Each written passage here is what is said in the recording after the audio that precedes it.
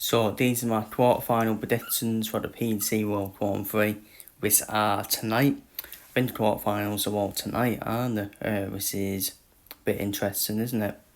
Obviously, it's first three sets, so it does make a lot of sense, to be fair. Quarterfinals tonight, semi-finals tomorrow, and the final on Sunday. So start off then with Hugh Humphreys versus Cameron Menzies. Fair play to Cameron Menzies, who has definitely overachieved this tournament, reaching the quarterfinals. But obviously, I do think this is where the tournament ends, as Hugh Humphreys obviously defeated Christopher Tassi in the last round, and obviously defeated Nathan Aspinall in the first round as well. So I think it will be a comfortable evening for Hugh Humphreys against Cameron Menzies. And Humphreys said it himself. You don't know what you're going to get with Cameron Menzies either. But I think Humphreys, no matter what form Humphreys is in, will be far too much. For Cameron Menzies. And I'd offer a 3-0 win for Hugh Humphreys. Danny Noppert versus Darry Anderson. This is where now all the ties will be close, in my opinion.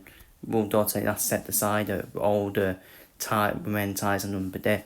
Humphreys Menzies is the only one where it's straightforward. Hugh Humphreys win for me. While this one, Danny Noppert, Darry Anderson, again, you just don't know what Darry Anderson is going to get, though, that's the thing. And that's why Danny Noppert has a chance, because you don't know what Darry Anderson is going to get. Even if Darry Anderson does turn up, I do think Danny Noppert can cope with that, because Danny Noppert is quite a solid player, quite a solid operator, is Danny Noppert. And same time, though, it is Darry Anderson, isn't it? It is Darry Anderson. I do make Darry Anderson a slight favourite in this one than Danny Noppert, but again, wouldn't be shocked if Danny Noppert did knock Darry Anderson out. Because at the end of the day, Danny Noppert's knocked out Stephen Bunting, and Stephen Bunting's a higher seed than Darry Anderson, so... But it's all about, it's them yacht stages in the tournament, isn't it, where everyone will fancy Darry Anderson, because it's in the yacht stages of the tournament. Darry Anderson's playing his chances down, saying he's got no chance of winning it. You know what Darry Anderson's doing. He knows what he's doing. Putting all the pressure on the ice of Humphreys and by saying he has no chance of winning it. And I think it's going to go to that set, in my opinion. But I'm going to go for Darry Anderson just to exit in the last set 3-2 against Danny Noppert. Up next, the tie of the quarterfinal, you have to say. Hugh versus Derwin Price. Obviously, I went for Derwin Price to win the tournament at the start of the tournament, so I am still going to back Derwin Price in this one against Yeta. But obviously, Hugh is a huge favourite to win in the match. And but I wouldn't really make Yeta that huge of a favourite, because Derwin Price has got the better of Yeta a few times, and Derwin Price made a statement, didn't he? Made a statement against Josh Watt. I thought that tie would have been a final set decider. Didn't live up to expectation that match, did it? Derwin Price did a job on Josh Watt. And maybe because it was the format, with the way of a double in, double out, suited Derwin Price more. And I don't think Yeta was as much on it against Mike Tedesco than he was against Jim Van Veen. But Yeta still did a job on Mike Tedesco, the defending champion. And I think everyone probably expects Yeta to beat Price. But I just have to go for my start of the tournament prediction. I do have to stick to my guns in terms of my start of the tournament prediction of Derwin Price to win the tournament. And let's be honest, Price has got the better of Yeta a few times, hasn't he? Mostly in the Premier League. And Derwin Price has that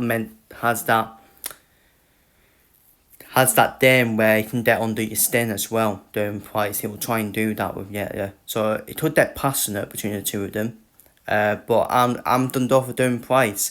I just have to go for my start of the tournament prediction. I'm done for Derwin Price to knock Yeta out and win 3-2. Because Derwin Price was my tournament prediction start of the tournament. So I have to stick with it. So 3-2 win for Derwin Price, because if I change my mind, people will be like, oh, but you went for Derwin Price to win it. And so I have to stick with Derwin Price to win the tournament. And But it will be a classic against the though, won't it? It'll be a classic. But yeah, it's first of three sets. It's quite short, isn't it? For a quarter final, it's quite short. So if Price starts well, he's in the driving seat, isn't he? So maybe the short format might suit Price against yeah. Because if it was on the format, then you'll probably say yeah. And but yeah, that's my prediction for that. And Dirk van Dijkborder versus Johnny Caton.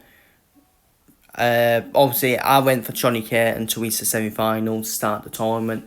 So I do think Johnny Caton will win this. Will win this Masters. Dirk van Dijkborder, but Dirk's back to his best, isn't he? He's back to his best. Did a job on Mike van Duren. Did a job on Darryl Durney, and now he takes on Johnny Caton. Dirk has not dropped the set yet. Same with you, yeah. And obviously Dirk did see him back to his best. But I think this is where his tournament ends. Because I just feel Johnny Caton, when Johnny Caton's on it, he's got the complete package. He's got the storing, he's got the double win, and he's got the double out as well, Johnny. And like I said, I went for Johnny Caton to reach the semi-final, start the tournament, so I do think he will still reach the semi-finals, start the tournament. So I'm going to go for Johnny Caton to win that set decider, then Dirk van Dijkborder 3-2. So they're my quarterfinal predictions for the World Qualifying 3. Feel free to leave your predictions down below in the comments, and I'll see you all for the semi-final predictions tomorrow.